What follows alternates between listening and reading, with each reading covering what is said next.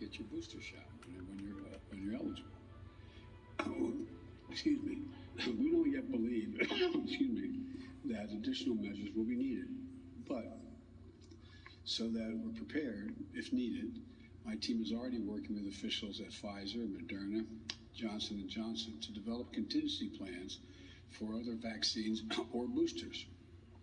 And I'll also direct the FDA and the CDC to use the fastest process available without cutting corners for safety to get such vaccines reviewed and approved if they're needed.